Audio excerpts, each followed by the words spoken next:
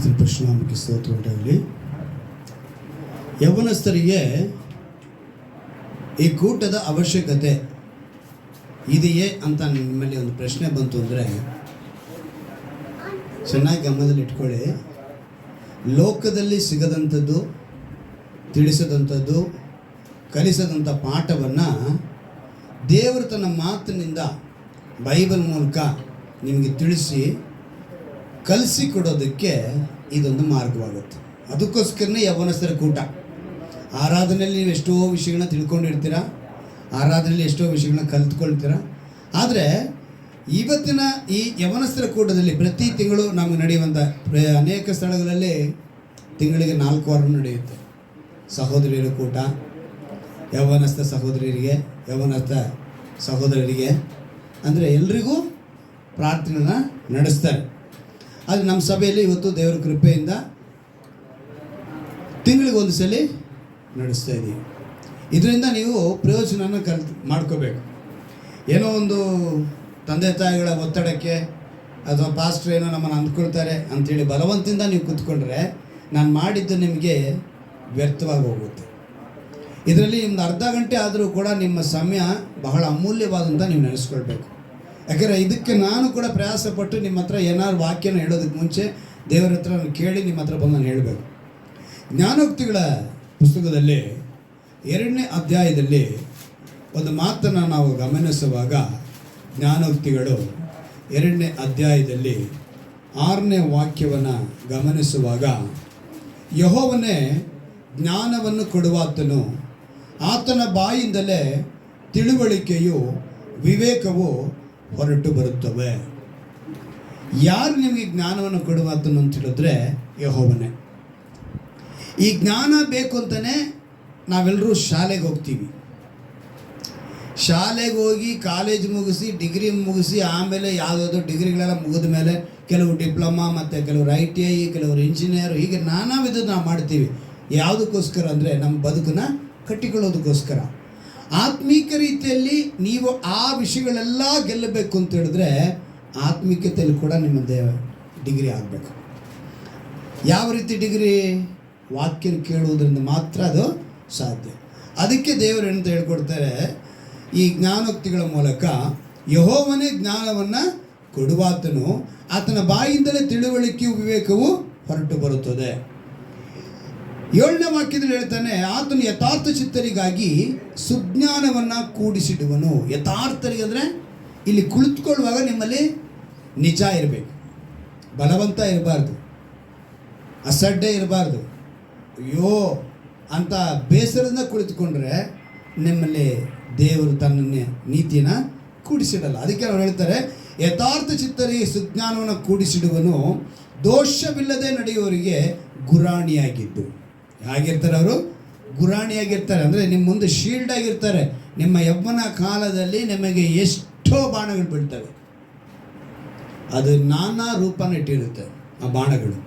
ಆ ಬಾಣಗಳಿಗೆ ನೀವು ತಪ್ಪಿಸ್ಕೊಳ್ಬೇಕು ಅಂದರೆ ದೇವರ ಜ್ಞಾನವೆಂಬ ಗುರಾಣಿ ನಿಮಗಿರಬೇಕು. ಅಂದರೆ ಶೀಲ್ಡು. ಗುರಾಣಿಂದೇನೋ ಶೀಲ್ಡ್. ಬಾಣ ಬಿಟ್ಟರೆ ಅಥವಾ ಒಂದು ಕತ್ತಿಯಿಂದ ಹೊಡೆದ್ರು, ಯಾವುದರಿಂದ ಹೊಡೆದ್ರು ಕೂಡ ಗುರಾಣಿ ಏನು ಮಾಡುತ್ತೆ? ನಿಮ್ಮನ್ನು ಸೇವ್ ಮಾಡುತ್ತೆ. ಹಾಗೆ ವಾಕ್ಯವೆಂಬ ಗುರಾಣಿಯಲ್ಲಿ ನೀವಿರಬೇಕು. ಅದಕ್ಕೇ ದೇವರು ಈ ಯೌವನಸ್ಥರ ಕೂಟನಿಟ್ಟು ನಿಮ್ಗೆ ಇನ್ನೊಂದು 4 ಮಾತನ್ನು ಹೆಚ್ಚಿಗೆ ಹೇಳಿ. ಯಾಕೆಂದರೆ ಶತ್ರುಗೆ ನೀವು ಬಹಳ ಅವಶ್ಯ. ಯೌವನಸ್ಥರು ಬಹಳ ಅವಶ್ಯ. ಅದು ಸ್ತ್ರೀ ಆಗ್ಬೋದು, ಪುರುಷರಾಗ್ಬೋದು. ಆದ್ದರಿಂದ ದೇವರು ಇವತ್ತು ನಿಮಗೆ ಹೇಳುವಂಥ ಮಾತನ್ನು ನೀವು ಗಮನ ಇಟ್ಟು ಕೇಳಿದ್ರೆ, ಅದೇ 10ನೇ ವಾಕ್ಯದಲ್ಲಿ ಹೇಳಲ್ಪಟ್ಟಿದೆ, ಜ್ಞಾನವು ನಿನ್ನ ಹೃದಯದೊಳಗೆ ಪ್ರವೇಶಿಸುವುದು, ತಿಳುವಳಿಕೆಯು ನಿನ್ನ ಆತ್ಮಕ್ಕೆ ಅಂದವಾಗಿರುವುದು. ಜ್ಞಾನವು ಎಲ್ಲಿ ಪ್ರವೇಶ ಮಾಡುತ್ತಂತೆ? ನಿನ್ನ ಹೃದಯದೊಳಗೆ ಪ್ರವೇಶ ಮಾಡುತ್ತೆ. ತಿಳುವಳಿಕೆ ನಿನ್ನ ಆತ್ಮಕ್ಕೆ ಅಂದವಾಗಿರುವುದು, ಬುದ್ಧಿಯು ನಿನಗೆ ಕಾವಲಾಗಿರುವುದು, ವಿವೇಕವು ನಿನ್ನನ್ನು ಕಾಪಾಡುವುದು. ನಾನು ಹೇಳಿದ ವಾಕ್ಯ ಎಲ್ಲ ಬರೆದಿದ್ದೀರಾ? ನೋಟ್ ಮಾಡ್ಕೊಂಡಿದ್ದೀರಾ? ನಾನು ಹೇಳಿದ್ನ ನೀವು ನೋಟ್ ಮಾಡ್ಕೊಳ್ಳೋಕ್ಕೆ ನಿಮಗೆ ಡೈರಿ ಕೊಟ್ಟಿರೋದು. ನೀವು ಡೈರಿನ ಇಟ್ಕೊಂಡು ಅವಾಗ ಏನು ಮಾಡ್ತೀರಾ? ನೀವೇನು ಮಾಡಬೇಕು? ಡೈರಿ ಕೊಟ್ಟಿರೋ ವಿಷಯನೇ ಅದಕ್ಕೇ. ನೀವು ನಾನು ಹೇಳಿದ ವಾಕ್ಯನ ನೀವು ನೋಟ್ ಮಾಡಿ, ನೀವು ಸಪ್ರೇಟಾಗಿದ್ದಾಗ ನಾನು ಏನಲ್ಲಿ ಯಾವ ರೀತಿ ಬದುಕ್ತಾ ಇದ್ದೀನಿ, ನಾನು ಇದನ್ನು ಏನು ಮಾಡ್ಕೋಬೇಕು, ಅದಕ್ಕೇ ಸಪ್ರೇಟ್ ಡೈರಿ ನಿಮ್ಗೆ ಕೊಟ್ಟಿದ್ದೀನಿ. ನಿಮ್ಮ ವಾಕ್ಯಗಳು ನೀವು ಅದನ್ನು ಮತ್ತೆ ಹೋಗಿ ನಿಮ್ಮ ಮನೆಗಳಲ್ಲಿ ಫ್ರೀ ಇದ್ದಾಗ ಫ್ರೀ ಮಾಡಿಕೊಂಡು, ಫ್ರೀ ಇಲ್ಲ ಅಂದರೆ ಫ್ರೀ ಮಾಡ್ಕೊಂಡು ನೀವೇನು ಮಾಡಬೇಕು? ಧ್ಯಾನ ಮಾಡಬೇಕು. ಈಗ ನಾನು ಹೇಳಿದ್ದು ಜ್ಞಾನೋಕ್ತಿಗಳು 6:7, 2ರಲ್ಲಿ 6:7, 2ನೇ ಅಧ್ಯಾಯ 10-11. ಅದೇ ಅಧ್ಯಾಯದಲ್ಲಿ 12ನೇ ವಾಕ್ಯನ ಓದ್ತೀನಿ, ಗಮನ ಇಟ್ಟು ಕೇಳಿ. ಯಾವಾಗ ನೀವು ಬುದ್ಧಿಯು ನಿಮಗೆ ಕಾವಲಾಗಿರುತ್ತೋ, ವಿವೇಕು ನಿಮ್ಮನ್ನು ಕಾಪಾಡುತ್ತೋ, ಇದರಿಂದ ನೀವು ದುರ್ಮಾರ್ಗದಿಂದಲೂ ಕೆಟ್ಟ ಮಾತನಾಡುವರಿಂದಲೂ ತಪ್ಪಿಸಿಕೊಳ್ಳುವಿ. ಅವರಾದರೂ ಕತ್ತಲ ಹಾದಿಗಳನ್ನು ಹಿಡಿಯಬೇಕೆಂದು ಧರ್ಮ ಮಾರ್ಗಗಳನ್ನು ತೊರೆದು ಬಿಡುವರು. ಅವರು ಕೆಟ್ಟದ್ದನ್ನು ಮಾಡುವುದರಲ್ಲಿ ಸಂತೋಷಿಸಿ ಕೆಟ್ಟವರ ದುಷ್ಟತನಕ್ಕೆ ಒಲಿಯುವರು. ಅವರ ಮಾರ್ಗಗಳು ವಕ್ರವಾಗಿವೆ, ಅವರ ನಡತೆಗಳು ದುರ್ನಡತೆಗಳೇ. ಎಷ್ಟು ಅದ್ಭುತವಾಗಿ ಹೇಳಿದೆ ನೋಡಿ. 15ನೇ ವಾಕ್ಯದವರೆಗೂ ನಾನು ಓದಿದ್ದೀನಿ, 10ರಿಂದ 15ನೇ ವಾಕ್ಯದವರೆಗೂ ಓದಿದ್ದೀನಿ. 6, 7, 10ರಿಂದ 15ನೇ ವಾಕ್ಯದವರೆಗೂ. ಅಂದರೆ ಜ್ಞಾನ ನಿಮ್ಮನ್ನು ಕಾಪಾಡುತ್ತೆ. ಉದಾಹರಣೆಗೆ ನಮಗೆಲ್ಲರಿಗೂ ಗೊತ್ತು, ಜ್ಞಾನೋಕ್ತಿಗಳೇ ಒಂದು ಮಾತಿದೆ, ಏನಂತ? ಯೆಹೋವನ ಭಯವೇ ಜ್ಞಾನಕ್ಕೆ ಮೂಲ, ಪರಿಶುದ್ಧನ ತಿಳಿವಳಿಕೆಯೇ ವಿವೇಕ ಅಂತೇಳಿ ನಮಗೆಲ್ಲರಿಗೂ ಗೊತ್ತಿದೆ. ಈಗ ಉದಾಹರಣೆಗೆ ನಿಮ್ಮ ಮಧ್ಯದಲ್ಲಿ ಈ ಜ್ಞಾನ ಇಲ್ಲದೆ ಹೋದರೆ ಏನಾಗುತ್ತೆ ಅನ್ನೋದಕ್ಕೆ ಒಂದು ಚಿಕ್ಕ ಉದಾಹರಣೆ ಕೊಡ್ತೀನಿ. ನಮ್ಮ ಕೈಯಲ್ಲಿ ಎಷ್ಟು ಬೆರಳುಗಳಿದೆ? ಜೋರಾಗಿ ಹೇಳಿ. ಈ ಒಂದು ಕೈಗೆ ಹೇಳಿ. 5 ಇದೆಯಾ? 5ಕ್ಕೂ ಒಂದೊಂದು ಹೆಸರಿದೆಯಾ? ಇದಕ್ಕೇನಂತ ಹೇಳ್ತೀವಿ ಕನ್ನಡದಲ್ಲಿ? ಎಲ್ಲ ಇಂಗ್ಲೀಷ್ನವರಾ? ಸರಿ, ತಂಬ್, ಹೆಬ್ಬೆರಳು. ಏನಂತ ಇದು? ಹೆಬ್ಬೆರಳು. ಇದು ಹಾಂ ಹೇಳಿ. ಇಂಡೆಕ್ಸು ಅಥವಾ ಪಾಯಿಂಟರ್ ಫಿಂಗರ್ ಅಂತನೂ ಹೇಳು. ಅಂದರೆ ಕನ್ನಡದಲ್ಲಿ ತೋರು ಬೆರಳು, ತೋರಿಸುವಂಥದ್ದು. ಮಧ್ಯದಲ್ಲಿ ಒಂದು ಬೆರಳಿದೆ, ಮಿಡಲ್ ಫಿಂಗರ್. 4ನೇದು ರಿಂಗ್ ಫಿಂಗರ್, ಉಂಗುರದ ಬೆರಳು. 5ನೇದು ಕಿರು ಬೆರಳು ಅಲ್ವಾ? ಈಗ ಈ ತಂಬಕ್ಕೆ ಕೂಡ ನಾವು ಸಂತೋಷವಾಗಿ ಎಲ್ಲ ಕಡೆ ಇದನ್ನು ಹಿಂಗೆ ತೋರಿಸ್ತೀವಿ ಅಲ್ವಾ? ಯಾರನ್ನ ಒಬ್ರು ತೋರಿಸ್ಬೇಕಾದ್ರೆ ಈ ಬೆರಳು ಕೂಡ ನಾವು ಸಂತೋಷವಾಗಿ ತೋರಿಸ್ತೀವಿ. ಉಂಗುರ ಹಾಕಬೇಕಂದ್ರೆ ಈ ಬೆರಳನ್ನು ಸಂತೋಷವಾಗಿ ತೋರಿಸ್ತೀವಿ. ಆಮೇಲೆ ಕೆಲವು ಸಮಯಕ್ಕೆ ಕಿರು ಬೆರಳು ಯಾವುದಾದಕ್ಕೂ ಉಪಯೋಗಿಸ್ತೀವಿ ಅಲ್ವಾ? ಹಿಂಗೆ ಅಂದಿದ ತಕ್ಷಣ ನಮಗೇನು ಅನಿಸುತ್ತೆ ಅಲ್ವಾ? ಆದರೆ ಈ ಎಲ್ಲ ಬೆರಳುಗಳು ನಮ್ಗೆ ಯಾವುದೂ ಒಂದು ಕಹಿನೋ ಒಂದು ಕೆಟ್ಟದನ್ನು ತೋರಿಸಲ್ಲ. ಆದರೆ ಇವಾಗ ನ್ಯೂ ಜನ್ರೇಷನಲ್ಲಿ ಒಂದು ಫಿಂಗರು ಕೆಟ್ಟದಾಗಿ ತೋರಿಸುವುದಕ್ಕೆ ಉಪಯೋಗಿಸಲ್ಪಡ್ತಾ ಇದೆ. ಮಧ್ಯದ ಬೆರಳು. ಎಲ್ಲಿಂದ ಬಂತು ಈ ಪದ್ಧತಿ? ಎಲ್ಲಿಂದ ಬಂತು ಈ ಆಚರಣೆ? ಇದಕ್ಕೆ ಸಂತೋಷ, ಇದಕ್ಕೆ ಸಂತೋಷ, ಉಂಗುರಕ್ಕೆ ಸಂತೋಷ, ಕಿರುಬೆರಳಿಗೆ ಸಂತೋಷ. ಆದರೆ ಮಧ್ಯದ ಬೆರಳು ಈ ರೀತಿ ಒಂದು ಕೆಟ್ಟ ದೃಷ್ಟಿಯಿಂದ, ಕೆಟ್ಟ ಅರ್ಥಗಳಿಂದ ಉಪಯೋಗಿಸಲ್ಪಡುವಂಥ ಒಂದು ಗುಣ ಎಲ್ಲಿಂದ ಬಂತು? ಅಲ್ಲಿಗೇನಾಗಿದೆ? ಜ್ಞಾನ ಇಲ್ಲ. ಯೌವನಸ್ಥರ ಮಧ್ಯದಲ್ಲೇ ಜಾಸ್ತಿ ನಡೆಯೋದು. ಆಮೇಲೆ ದೊಡ್ಡವರು ಮಾಡ್ತಾರೆ ಅಂದ್ಕೊಳ್ಳಿ. ಇವತ್ತು ಸ್ತ್ರೀ ಅನ್ನೋಂಗಿಲ್ಲ, ಪುರುಷ ಅನ್ನೋಂಗಿಲ್ಲ, ಬಾಯ್ಸ್ ಆಗಲಿ ಗರ್ಲ್ಸ್ ಆಗಲಿ ಇವತ್ತು ಈ ಬೆರಳನ್ನು ತೋರಿಸ್ತಾರೆ. ನಾನು ತುಂಬ ಕಡೆ ಗಮನಿಸಿದ್ದೀನಿ. ಅಲ್ಲಿಗೆ ನಮ್ಮ ಈ ಯೌವನ ಪ್ರಾಯದಲ್ಲಿ ಈ ಜ್ಞಾನ ಇಲ್ಲ ಅಂತ ಹೇಳಿದ್ರೆ ಇವಾಗ ನಮಗೆ ಅನ್ನಿಸ್ತಾ ಇದೆ ಆ ಬೆರಳು. ಇವಾಗ ನೀವೇ ಹೇಳಿ, ಆ ಬೆರಳನ್ನ ಎಲ್ಲರೂ ಒಳ್ಳೇದು ಉಪಯೋಗಿಸ್ತಾ ಇದ್ದಾರಾ, ಕೆಟ್ಟದಕ್ಕೆ ಉಪಯೋಗಿಸ್ತಿದ್ದಾರಾ? ಮಿಡಲ್ ಫಿಂಗರ್ನ ಗೊತ್ತಿದೆಯೋ ಗೊತ್ತಿಲ್ವಾ?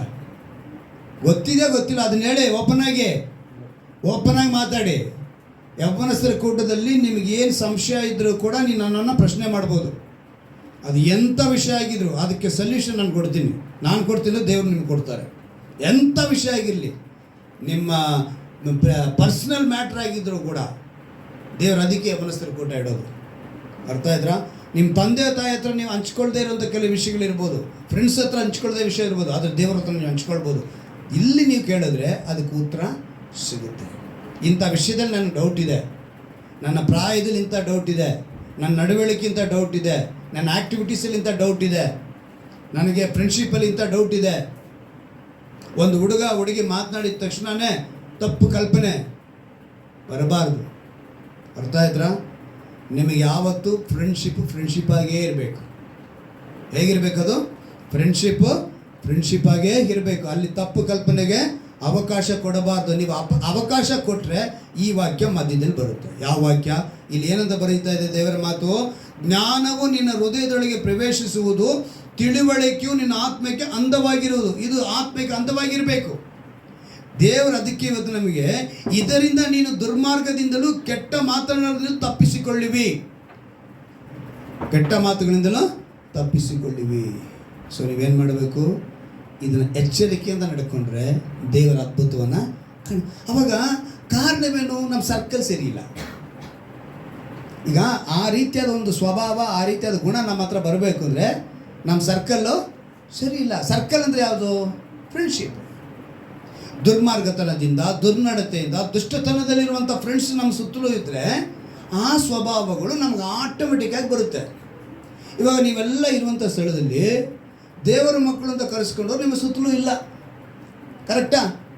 ನಿಮ್ಮ ಸುತ್ತಲೂ ಇರುವಂಥದ್ದಕ್ಕೆ ಒಬ್ಬರು ಅಂತ ಹೇಳೋದಕ್ಕೆ ಇದೆಯಾ? ಸಾಧ್ಯ ಇದೆಯಾ? ನಿಮ್ಮಲ್ಲಿ ಏನು ಮಾಡ್ತಾರೆ? ಸುತ್ತಲೂ ಅನ್ಯರೇ ಇರ್ತಾರೆ. ಆವಾಗ ನೀನು ಕಾಪಾಡಿಕೊಳ್ಳುವುದಕ್ಕೆ ಈ ಯೌವನಸ್ಥರ ಕೂಟದ ವಾಕ್ಯಗಳು ಬೇಲಿಯಾಗಿ ಇರುತ್ತೆ.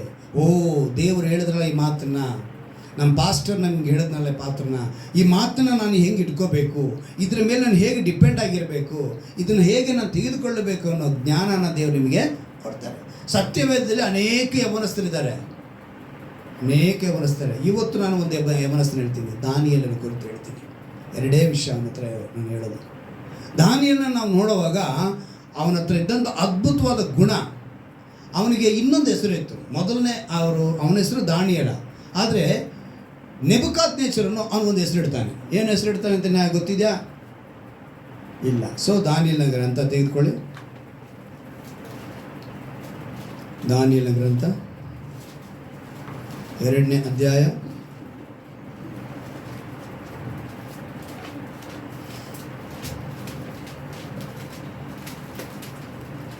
1ನೇ ಅಧ್ಯಾಯದಲ್ಲೇ ಇದ್ದೀವಿ. 1ನೇ ಅಧ್ಯಾಯದಲ್ಲಿ 7ನೇ ವಾಕ್ಯದಲ್ಲಿ ನಾವು ಗಮನಿಸುವಾಗ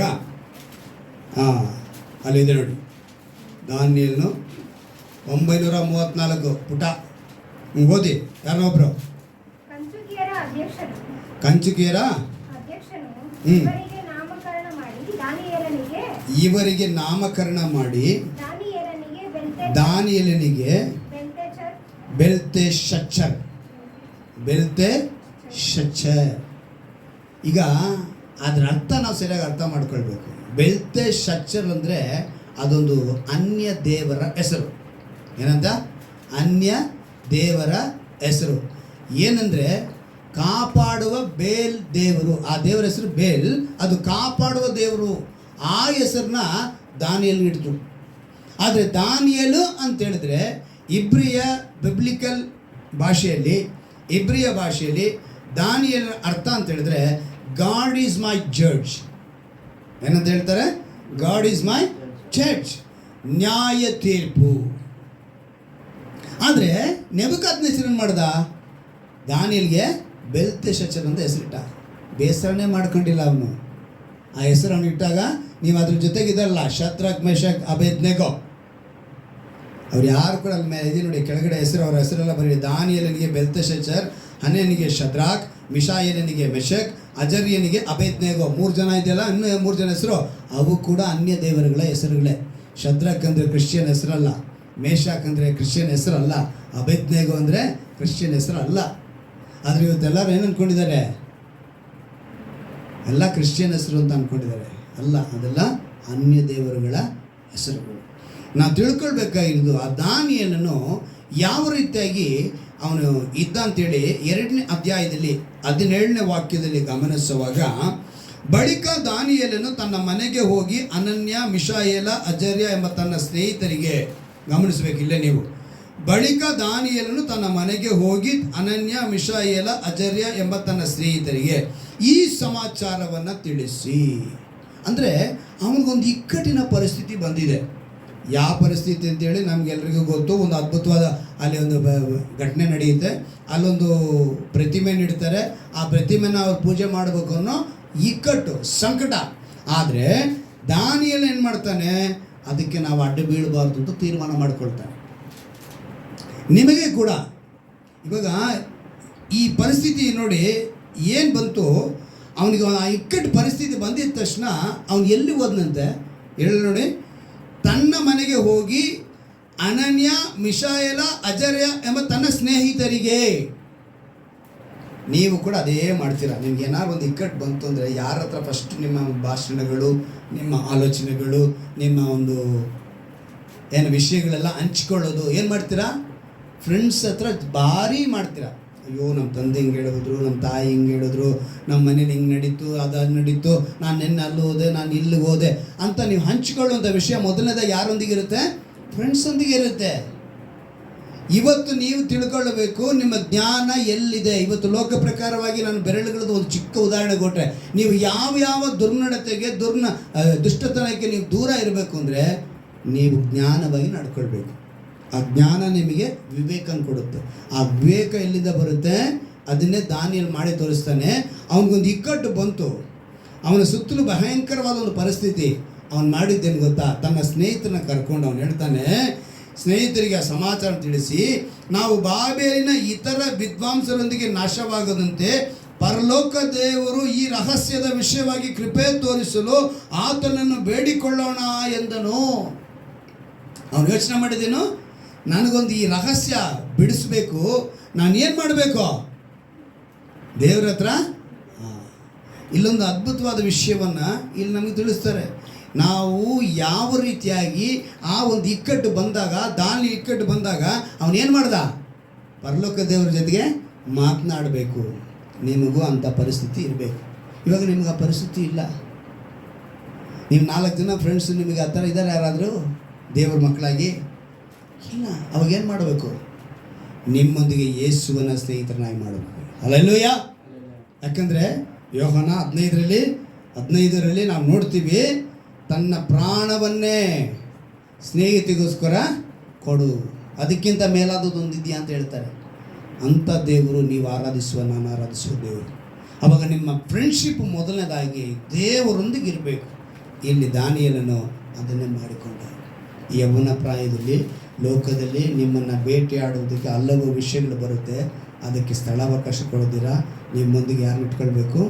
ದೇವ್ರನ್ನೇ ಇಟ್ಕೊಳ್ಬೇಕು. ಅದನ್ನು ಎಚ್ಚರಿಕೆ ಪಡಿಸೋದಕ್ಕೆ ನಾವು ಆರಾಧನೆಯಲ್ಲಿ ಅನೇಕ ವಿಷಯಗಳನ್ನ ನಿಮ್ಗೆ ಹೇಳಿರ್ತೀವಿ. ಆದರೆ ಇಂಥ ಸಮಯದಲ್ಲಿ ಇವಾಗ ಹೇಳಿದ್ನಲ್ಲ ಬೆರಳುಗಳು, ಇದನ್ನೆಲ್ಲ ನಾನು ಆರಾಧನೆಯಲ್ಲಿ ಹೇಳಲ್ಲ.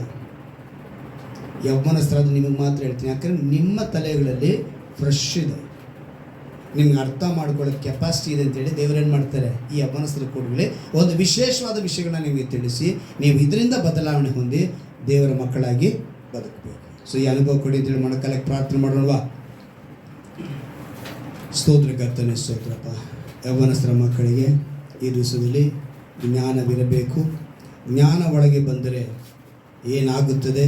ಆ ಜ್ಞಾನ ಯಾಕೆ ಬೇಕು? ಆ ಜ್ಞಾನವು ನಮ್ಮನ್ನು ಕಾಪಾಡುತ್ತದೆ. ಯೆಹೋವನ ಭಯವೇ ಜ್ಞಾನಕ್ಕೆ ಮೂಲವು. ಪರಿಶುದ್ಧನ ತಿಳುವಳಿಕೆ ವಿವೇಕ ಮಾತಿನ ಅರ್ಥವನ್ನು ಪಡೆದುಕೊಂಡವರಾಗಿ ಕರ್ತನೆ, ಈಗಿನ ಜನರೇಷನ್ಗೆ ನೀನು ತಿಳಿಸಿಕೊಟ್ಟಿರುವ ವಾಕ್ಯದ ಮೇಲೆ ಅವರು ನೆಲೆಗೊಳ್ಳುವಂತೆ ಕೃಪೆ ಮಾಡಿಕೊಡು. ಬೇಸರಗೊಳ್ಳದೆ ಇನ್ನೂ ಕೂಡ ಹೆಚ್ಚಾಗಿ ನಿನ್ನ ವಾಕ್ಯದ ನೆಲೆಗೊಳ್ಳುವುದಕ್ಕೆ ದಾನಿಯೇಲನಂತೆ ಅವನಿಗಿದ್ದಂಥ ಒಳ್ಳೆಯ ಸ್ನೇಹಿತರಿದ್ದಂತೆ ಇವರಿಗೂ ಆ ಒಳ್ಳೆಯ ಸ್ನೇಹಿತರನ್ನು ಏರ್ಪಡಿಸಿಕೊಡು. ಇವರೊಂದಿಗೆ ಇರುವಂಥ ಅನ್ಯರು ಇವರ ಮುಖ ಕರ್ತನೆ ನೋಡಿ ಇವರ ಮೂಲಕ ದೇವರ ಮುಖವನ್ನು ಕಾಣತಕ್ಕದಾಗಿ ನೀನು ಕೃಪೆ ಮಾಡಬೇಕಾಗಿ ಇವರನ್ನು ಕೂಡ ನೀನು ಬೇಲಿ ಇಟ್ಟು ಕಾದು ಪ್ರಾರ್ಥಿಸ್ತೇನೆ ರಜ. ದಾನಿಯೇಲನಿಗಿದ್ದಂಥ ಅನುಭವ, ಅವನು 3 ವೇಳೆ ಕೂಡ ನಿನ್ನೊಂದಿಗೆ ಪ್ರಾರ್ಥನೆ ಮಾಡುತ್ತಿದ್ದನ್ನು ನಾವು ನೋಡುತ್ತೇವೆ ರಾಜ. ದಾನಿಯೇಲ 6:10 ನೋಡಿದ ಪ್ರಕಾರ ಕರ್ತನೆ ಎಸೆಯ ಆ ಸ್ನೇಹದ ಗುರುತು ನಿನ್ನೊಂದಿಗೆ ಯಾವಾಗಲೂ ಅವನ ಪ್ರಾರ್ಥನೆಯಲ್ಲೂ ಸಂಪರ್ಕದಲ್ಲೂ ಇದ್ದನಲ್ಲ, ಅದೇ ಅನುಭವದೊಳಗೆ ಈ ಯೌವನಸ್ಥರು ಕೂಡ ಇರುವುದಕ್ಕೆ ಕೃಪೆ ಮಾಡಬೇಕೆಂದು ನಮ್ಮ ರಕ್ಷಕನ ವಿಮೋಚಕನಾಗಿರುವ ಯೇಸು ಕ್ರಿಸ್ತನ ನಾಮದಲ್ಲಿ ಪ್ರಾರ್ಥಿಸಿ ಬೇಡುವಂತೆ ನಾನು ಹೇಳ ತಂದೆಯೇ. ನನ್ನ ಮನೆವೇ ಕರ್ತನ್ನು ಕೊಂಡಾಡು, ನನ್ನ ಸಲ್ವಂತಿ ಗೆಳೆಯ ಕೃಪೆಯನ್ನು ಕಿಸಿ ನನ್ನ ಮನೆವೇ ಕರ್ತನ್ನು ಕೊಂಡಾಡು, ಕರ್ತನ ಮಾಡಿದ ಅಲ್ಲೆಲೂಯಾ, ಅಲ್ಲೆಲೂಯಾ, ಅಲ್ಲೆಲೂಯಾ, ಅಲ್ಲೆಲೂಯಾ.